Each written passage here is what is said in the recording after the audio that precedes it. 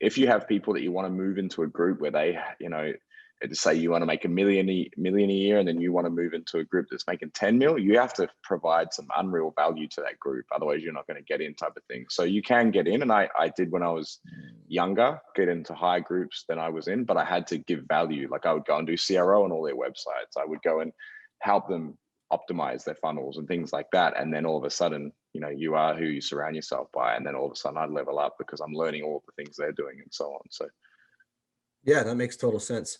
And just curious, staying on that path. Now, some of that work you started doing for them, were you doing that for free or at a very discounted rate to show your worth and to show your value?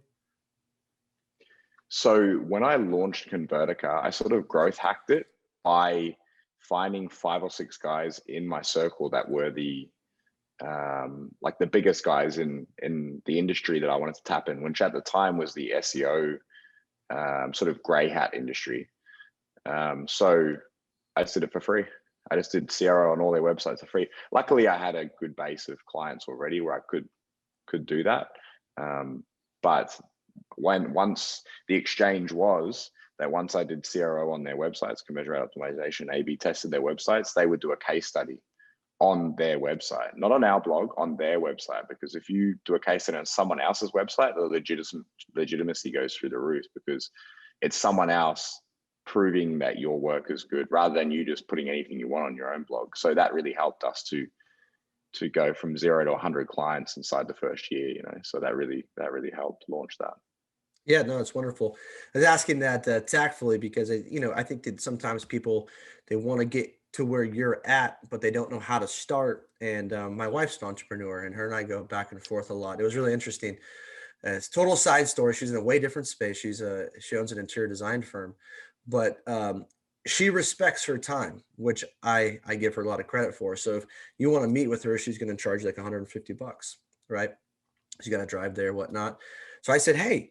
I said, you're still building your brand. You're a relatively new business. You're in your first year. So just throw it out there for 2 weeks that you're going to give free consults and see if it starts to gain you a bit more traction. So she did, and she got like 15 consults in 2 weeks, where normally she does, 5 to 10 a month. So it was just like, boom.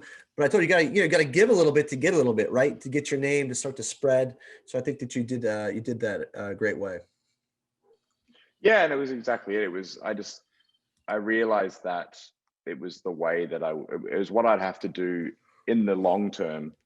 And I would have to, cop a bit of a loss, but it worked out really well because one of the guys posted his case studies, syndicated it to his Twitter, his Facebook, and I landed 30 clients within a week from Oh that. shit. So it Yeah. while the other guys have been a evergreen type of lead gen that comes in, I see traffic coming in from still those posts from 4 years ago. Right. That one post was a huge one.